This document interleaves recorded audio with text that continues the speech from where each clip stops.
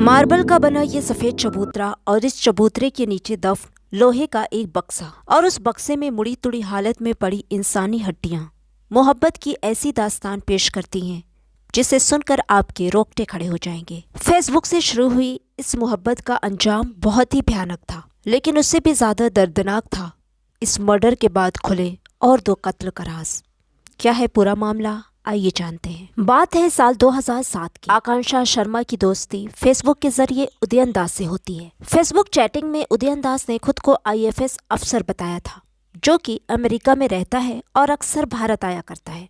अपने पिता बीके दास को उसने भेल भोपाल का अफसर बताया था, जो कि रिटायरमेंट के बाद रायपुर में खुद की फैक्ट्री चला रहे हैं।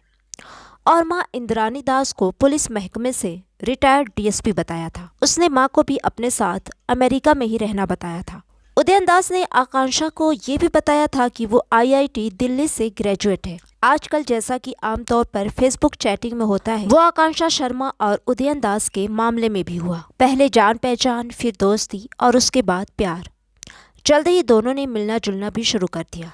दरअसल उदयन दास भले ही भोपाल में रह रहा था, पर आकांक्षा शर्मा के लिए तो वो अमेरिका में था। इसलिए जल्दी ही उदयन दास ने उसे बताया कि वो दिल्ली आ रहा है। दोनों दिल्ली में मिले और कुछ दिन साथ गुजारे। उदयन दास की रईसी का आकांक्षा शर्मा पर खासा असर पड़ा। वे दोनों एक साथ हरिद्वार, मसूरी और देहरादून भी घूमने गए और एक होटल में एक साथ एक कमरे में रुके। फिर उदयन दास अमेरिका यानी कि भोपाल लौट गया, इस वादे के साथ कि जल्दी वो फिर भारत आएगा और तब वे दोनों भोपाल में मिलेंगे, जहां उसके 2 मकान हैं। उदयन दास ने आकांक्षा को बताया था कि उसका भोपाल वाला मकान काफी बड़ा है और उसका नीचे वाला हिस्सा उन्होंने किराए पर दे रखा है। इन 1-2 मुलाकातों में आकांक्षा शर्मा सोचने लगी कि उदयन दास वैसा ही लड़का है जैसा वो चाहती थी। वो तो शादी के बाद अमेरिका में नौकरी करने के सपने भी देखने लगी थी, लिहाजा उसने उदयन दास से शादी करने का फैसला कर लिया। एक दिन उदयन दास ने आकांक्षा शर्मा को बताया कि उसका मन अब अमेरिका में नहीं लग रहा है और वो उससे शादी कर भोपाल में ही बस जाना चाहता है। इससे अमेरिका जाकर नौकरी करने की आकांक्षा शर्मा की ख्वाहिश मिट्टी में मिल गई, क्योंकि अब तक वो अपने घर वालों को बता चुकी थी कि वो नौकरी करने अमेरिका जा रही है। खैर, वो राजी हो गई ये सोचकर कि आज नहीं तो कल उसे अमेरिका जाने का मौका मिल सकता है। इसलिए वो उदयन दास की बताई तारीख पर साल 2016 में जून के महीने में भोपाल आ गई।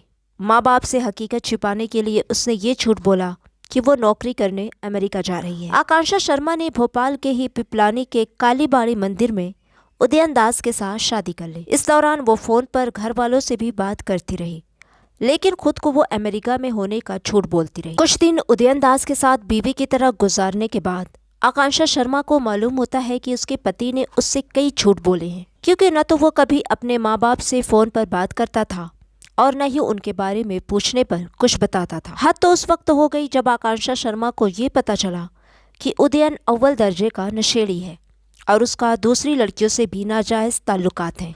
जुलाई तक तो आकांक्षा शर्मा ने अपने घर वालों से फोन पर बात की, लेकिन वो अब उनसे कम ही बात करते थे। फिर धीरे धीरे वो एसएमएस के जरिए उनसे बात करने लगी। 14 जुलाई का दिन आकांक्षा शर्मा पर कहर बनकर टूटा। अगर उदयन ने उससे कई झूठ बोले थे तो एक झूठ उसने भी बोला था। दरअसल आकांक्षा शर्मा का एक बॉयफ्रेंड था, जिसने उसके कुछ फोटो जो कि कम कपड़ों में थे व्हाट्सएप पर डाल दिए थे और ये फोटो उदयन दास की निगाह में आए तो वो भड़क उठा। पूछने पर आकांक्षा ने कुछ सच्ची और कुछ झूठी बातें उसे बताई, लेकिन उदयन दास को लगा कि वो झूठ बोल रही है। उसे लगा कि उसके अब भी अपने बॉयफ्रेंड से नाजायज संबंध है और वो उसे पैसे भी देती रहती है। रात को लड़ झगड़ कर आकांक्षा शर्मा तो सो गई, पर उदयन दास की आंखों में नींद नहीं थी। साथ में सो रही बीवी उसे धोखेबाज लगने लगी थी। रात भर जागकर उदयन दास आकांक्षा शर्मा की कत्ल की योजना बनाता रहा और सुबह के 5 बजते बजते उसने अपनी योजना पर अमल भी कर डाला। उदयन दास ने पहले गहरी नींद में सोती हुई आकांक्षा शर्मा का चेहरा तकिए से दबाया। जब उसके मरने की उसे पूरी तसल्ली हो गई तो तकिया हटाया और उसके गर्दन की हड्डी तोड़ डाली। अब समस्या थी आकांक्षा शर्मा की लाश को ठिकाने लगाने की। सुबह होते ही वो नजदीक की दुकान से 14 बोरी सीमेंट खरीद लाया और आकांक्षा शर्मा की लाश एक पुराने बक्से में डाल दी और तकरीबन 10 बोरी सीमेंट घोलकर उसमें भर दिया, जिससे लाश जम जाए और बक्से से बदबू न आए, इसलिए उसके चारों तरफ उसने सेलो टेप लगा दी। दोपहर को उसने अपने एक पहचान वाले मिस्त्री को बुलाया और कमरे में चबूतरा बनाने की बात कही। इस बाबत उदयन ने बहाना ये बनाया कि वो मंदिर बनवाना चाहता है। मिस्त्री ने चबूतरा बनाने के लिए कमरा खोदना शुरू किया। अब चूंकि उसके सामने लाश वाला बक्सा गड्ढे में नहीं रखा जा सकता था, इसलिए जब मिस्त्री गड्ढा खोद चुका तो उदयन दास ने चतुराई से उसे बातों में उलझाया और तगड़ा मेहनताना देकर उसे चलता कर दिया। इसके बाद उसने बक्सा गड्ढे में डाला और मिट्टी बराबर कर उस पर चबूतरा बनवा दिया। खूबसूरती बढ़ाने के लिए उसने उस पर मार्बल भी चढ़वा दिया। दूसरी तरफ आकांक्षा शर्मा के माँ बाप परेशान थे, क्योंकि कई हफ्तों से उन्हें अपनी बेटी का कोई मैसेज नहीं मिला था। कुछ दिनों तक तो उन्होंने सोचा कि शायद कहीं बिजी होगी, लेकिन इसी तरह जब कई हफ्ते गुजर गए तो उन्हें किसी अनहोनी का शक हुआ। उन्होंने आकांक्षा शर्मा की गुमशुदगी की रिपोर्ट पुलिस में दर्ज करा दी। बांकुरा क्राइम ब्रांच ने जब आकांक्षा शर्मा के मोबाइल फोन की लोकेशन ट्रेस की तो वो साकेत नगर भोपाल की निकली। टीआई अमिताभ कुमार 30 जनवरी 2017 को अपनी टीम समेत भोपाल आए। गोविंदपुरा इलाके के डीएसपी वीरेंद्र कुमार मिश्रा से मिलकर उन्हें सारी बात बताई। इस पुलिस टीम के साथ आकांक्षा शर्मा का छोटा भाई आयुष भी था। चूंकि आकांक्षा शर्मा ने फोन पर उदयन दास के बारे में अपने माँ बाप को बताया हुआ था, इसलिए पुलिस का पहला शक उदयन दास पर ही था। पुलिस ने योजना बनाकर उदयन दास की निगरानी शुरू कर दी। 31 जनवरी और 1 फरवरी को पुलिस उदयन दास की निगरानी करती रही, लेकिन इससे पुलिस को कुछ हासिल नहीं हुआ तो उन्होंने 2 फरवरी को उदयन दास के घर दबिश डाल दी। उस वक्त उदयन दास दरवाजे पर ताला लगाकर अंदर बैठा हुआ था। गोविंदपुरा थाने के एएसआई सत्येंद्र सिंह छत के रास्ते अंदर गए और उदयन दास से मेन गेट का ताला खुलवाया। इसके बाद बाकी की पुलिस टीम घर के अंदर दाखिल हुई। अंदर का नजारा काफी अजीबोगरीब था। उदयन दास का सारा घर धूल और गंदगी से भरा पड़ा था। घर के सभी कमरों में तकरीबन 10,000 सिगरेट के ठुंड बिखरे पड़े थे और शराब की खाली बोतलें भी लुढ़की हुई थी। साथ ही खाने की बासी प्लेट भी पाई गई जिनसे बदबू आ रही थी। पर पुलिस के लिए सबसे ज्यादा हैरान कर देने वाली बात थी एक कमरे में बना हुआ चबूतरा, जिसके ऊपर फांसी का फंदा लटक रहा था और कमरे की दीवारों पर जगह जगह प्यार भरी बातें लिखी हुई थी। चबूतरे के बारे में पुलिस ने उदयन दास से सवाल जवाब शुरू किए तो पहले तो वो खामोश रहा। फिर थोड़ी देर के बाद उसने फिल्मी स्टाइल में कहा कि उसने आकांक्षा शर्मा का कत्ल कर दिया है और उसकी लाश चबूतरे के नीचे दफन है। इतना सुनते ही पुलिस वालों के होश फाख्ता हो गए। उन्होंने तुरंत चबूतरे की खुदाई के लिए मजदूर बुलाए, लेकिन चबूतरा इतना मजबूत था कि मजदूरों से नहीं खुदा। इसके बाद पुलिस ने उसे जेसीबी मशीन से खुदवाया। थोड़ी खुदाई के बाद निकला वो बक्स जिसमें आकांक्षा शर्मा की लाश महीनों से पड़ी हुई थी। बक्स को जब खोला गया तो उससे आकांक्षा शर्मा की मुड़ी तुड़ी हड्डियां निकली, जिन्हें पहले पोस्टमार्टम और फिर डीएनए टेस्ट के लिए भेज दिया गया। लेकिन ये केस अभी यहीं खत्म नहीं होता है। अभी तो सिर्फ एक कत्ल का खुलासा हुआ था। बाकी 2 मर्डर किसके, कब और कहाँ हुए थे, आइए ये भी जान लेते हैं। दरअसल पुलिस ने जब उदयन दास के घर दबिश दी थी तो वो घर के अंदर अकेला था। उसके माँ बाप कहाँ हैं, पुलिस के लिए ये सवाल भी अहम हो चला था। पुलिस ने इस बारे में जब उदयन दास से सवाल किया तो उसने उन्हें टालने की कोशिश की और कोई तसल्ली बख्श जवाब नहीं दिया, जिससे पुलिस को शक होता है कि कहीं उसने अपने माँ बाप के साथ भी तो कुछ गलत नहीं किया। इसलिए पुलिस ने उससे जब अपने अंदाज में इस बारे में पूछा तो उदयन दास ने सच उगल दिया, जिसे सुनकर पुलिस भी शॉक्ड रह गई। उसने बताया कि उसने आज से 5 साल पहले अपने माँ बाप का भी कत्ल कर दिया है और लाश रायपुर वाले मकान के गार्डन में दफना दी है। दरअसल उदयन दास बचपन से ही अजीबोगरीब था। जब वो 7वीं क्लास में था तो अपने एक दोस्त का स्कूल की दीवार पर सिर मारकर फोड़ दिया था। पढ़ाई लिखाई में तो वो शुरू से फिसड्डी था। धीरे धीरे वो नशा भी करने लगा। माँ बाप चूंकि उसे पढ़ाई लिखाई के बाबत अक्सर डांटते रहते थे, इसलिए वो उनसे भी नफरत करने लगा था।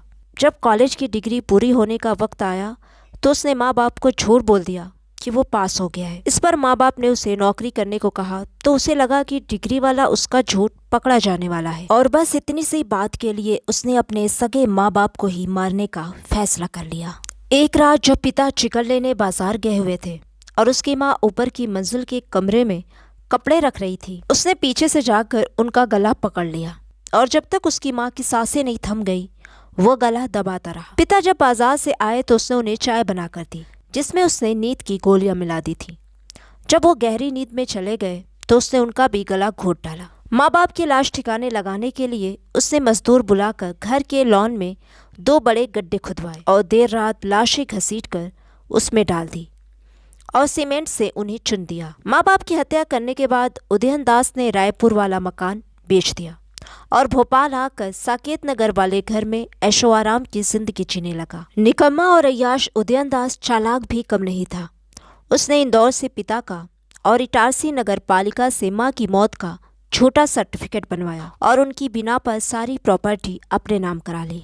उदयन दास के पिता बीके दास भेल में फोरमैन थे और उदयन की मां विध्यांचल भवन में एनालिस्ट की पोस्ट से रिटायर हुई थी। चूंकि भोपाल में फेडरल बैंक में पिता के साथ उदयन दास का ज्वाइंट अकाउंट था, माता पिता की मौत के बाद उदयन दास हर माह उनकी पेंशन निकाल लेता था। साथ ही माता पिता के रिटायरमेंट के पैसे और मकान को बेचने से उसे 2.25 करोड़ रुपए मिले। खैर, उदयन दास के इतराफ़े जुर्म के बाद पुलिस उसे अपने साथ उसके रायपुर वाले मकान में ले गई, जहां उसकी निशानदेही पर उसके माँ बाप की लाश, जो कि बस हड्डियों की सूरत में ही बची थी, उसे निकालकर पोस्टमार्टम के लिए भेज दिया गया। किसी को उस पर शक न हो, इसके लिए उदयन दास एक साथ कई जिंदगियां जी रहा था।